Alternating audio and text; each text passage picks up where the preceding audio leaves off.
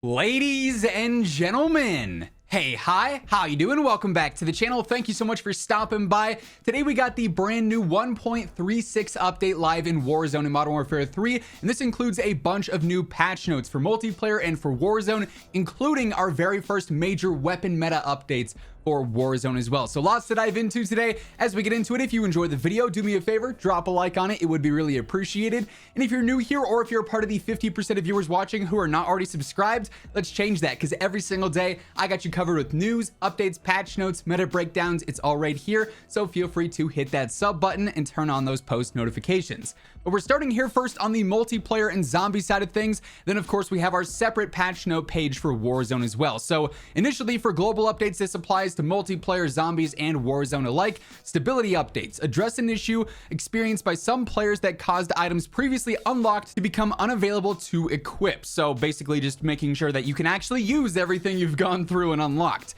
For weapons and attachments, global updates here on the Ram 7. The Speedway V5 short barrel attachment is now available to equip in the Gunsmith. That was bugged previously. The Breacher drone improved impact detection to prevent inflicting more explosive damage to players than intended. For customization, Crimson Fate and Carbon Fate laser attachment skins will no longer appear as default skins on shotguns. Players who purchase the GG Easy Weapon Vault bundle will now be able to use customization on all optic attachments there, including the Hound Eye there. Animated emblems are now properly rewarded upon reaching prestige levels 1 to 5. The Stormender's Priceless and Interstellar reward emblems will now display the correct emblem art as well. So some small updates there visually. We also have some UI and UX updates here for bug fixes. Kill column on the scoreboard now tracks properly in the war mode. Conversion kit attachment slots for certain weapons will no longer appear locked despite requirements being met. Exiting a blueprint preview will no longer kick you to the main menu. When using a controller, hovering the Santa's Slayground Battle Pass sector will no longer kick you back to the menu, and clicking the view button menu on the Battle Pass bundle in the Operators tab will no longer kick you back to the main menu. For progression, challenges that require enemy equipment to be destroyed and now progress upon the destruction. So hey, this is great for launchers. Now if you go through and need to destroy things for your RGL and whatnot, you can do any of these and it'll actually track properly rather than just being Bettys and Claymores, which is obviously super obnoxious. That's a huge update there. They also fixed several challenges where progression was not tracking. For the ray gun, they made it so that you're not supposed to be able to use it anymore in standard multiplayer modes. They updated Operation Spearhead a bit with an out of the map exploit. For modes in gunfight and private match, they fixed a split screen error. In S&D, they adjusted various XP earn rates. For playlists, they obviously increased the scores we talked about yesterday. They updated the CDL rule set in private match as well. For Ghost, stationary players can now be stationary for 2 seconds before they are back on the radar there. So it's just adding in sort of like a grace period for Ghost activating or deactivating there. In zombies, some small things here. Act 4 dead signal, adjustments to the escape, defeat the Gormgaunt? I don't know how to say that. Step in the dead signal mission. For gameplay contracts on the ether extraction, addressed an issue that would eliminate players who attempted to overload it as the contract timer runs out. For enemies, the Greylorm, they addressed an issue that allowed Greylorm to instantly die when they spawned in, and an issue where getting eaten by it and grabbed by a mimic at the same time would cause you to go under the map.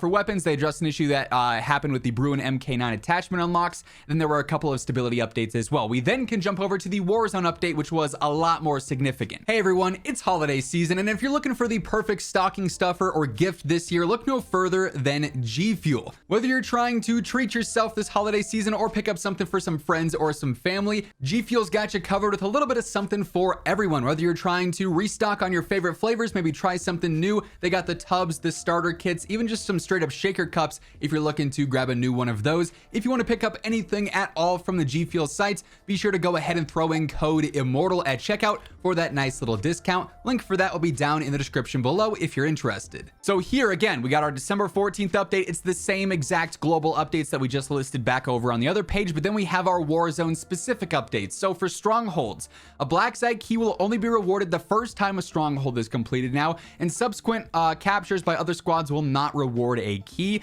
It was just basically dropping them every single time you got a new stronghold taken over. For resurgence, on redeployment, the mechanic will now be disabled at the end of Circle 3, and for public events, those have been disabled in Circles 1 and 2, and the chances for one to occur in later circles has been adjusted.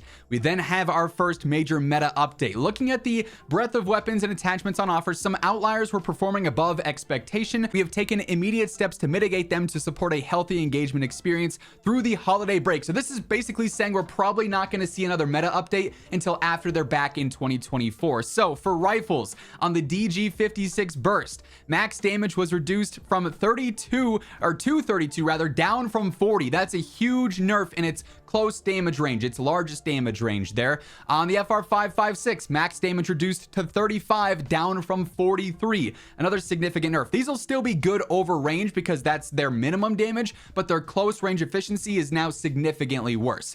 For battle rifles, not a surprise here, the Bass B max damage was reduced to 35, down from 39, so that's its close range there. Then its minimum damage was reduced by 2, that's its long range damage. So the Bass B is now worse up close and over range. It's probably still going to be decent with 35 being that max damage, but it's definitely not going to be crazy broken anymore. For handguns, the Core 45 Akimbo, they reduced that max damage down 15. That's a huge nerf to the Core 45 Akimbo there. On the Renetti Akimbo, they also nerfed this max damage down 11 as well, and the headshot multiplier was nerfed. So close range, the Akimbo Renetti and the Akimbo Core 45 are not going to be nearly as good anymore. For marksmans, the DM56 max damage and min damage both got nerfed, so close range and long range, the DM56 is going to be worse. The KVD Enforcer headshot multiplier got nerfed, same deal with the Interceptor. Wait, that's all they nerfed on the Interceptor? There's no way, right? There's no shot. The headshot multiplier was reduced to 1.5 down from 2, but the Interceptor is still insane. That's, oh no, that's not good. There's the Interceptor is still going to be a major problem. The tier Akimbo was also severely nerfed as well, close range. So basically Akimbo pistols are not going to be good. I don't know why they called the tier a marksman rifle either. I can't believe the Interceptor only got a headshot multiplier nerf. For shotguns here, the Haymaker, its max damage was also significantly reduced as well. It's 36 now, down from 52, so it's not going to be nearly as spammable up close. Then for the Fennec from MW2, its max damage was reduced, its headshot multiplier was reduced, and its lower torso multiplier was reduced. So the Fennec's going to be feeling a bit worse now, basically just making it no longer that #1 SMG. We also got a huge audio update as well. All modes, rebalanced first person and enemy footstep audio. Since the launch of Season 1, we've been actively listening to player feedback regarding audio concerns in Warzone, especially related to footsteps. This initial update is aimed at addressing part of these concerns and enhancing the overall experience before we head into the holidays, again, likely meaning no more audio updates until next year. When making changes such as this, there's a complex mix of variables that we need to meticulously look at and consider. One of the primary factors to consider is the fidelity of the experience across all titles to avoid a large gap between Warzone multiplayer and zombies. Beyond that, changes to things like occlusion, fall-off distance, first person versus third person, or specific perk mechanics can have ripple effects as well. Please know that we're committed to ongoing improvements and ensuring that players can fully immerse themselves in the game while maintaining a competitive edge. Your continued feedback is appreciated. So they have updated the audio. Hopefully it's significant enough to actually be able to hear footsteps clearly now. We also have a couple of bug fixes. They fixed collision issues with various elements across Urzikstan with different exploits and whatnot. An issue that allowed players to get stuck inside of locked buildings that should be otherwise inaccessible. You could drop it on the roof on some strongholds and then just be stuck in there. They also fixed additional issues with incorrect text. So definitely a significant meta update. I'm still super concerned about the Interceptor though. I don't think that got enough of a nerf. But other than that, I mean, significant nerfs to the DG, to the FR, to the Bass B. So promoting a slightly healthier meta there for sure. That said, that is going to wrap things up. We will be breaking down these meta changes and what they mean for the best weapons in the game, maybe later on today or tomorrow, so stay tuned for that. Make sure you are subscribed with those notifications turned on to always guarantee you're up to date with everything going on in COD. And if you enjoyed this video, do me a favor and drop a like on it on your way out. But once again, thank you so much for tuning in, and until next time, take it easy, have an awesome rest of your day, and I'll catch you later. Peace out.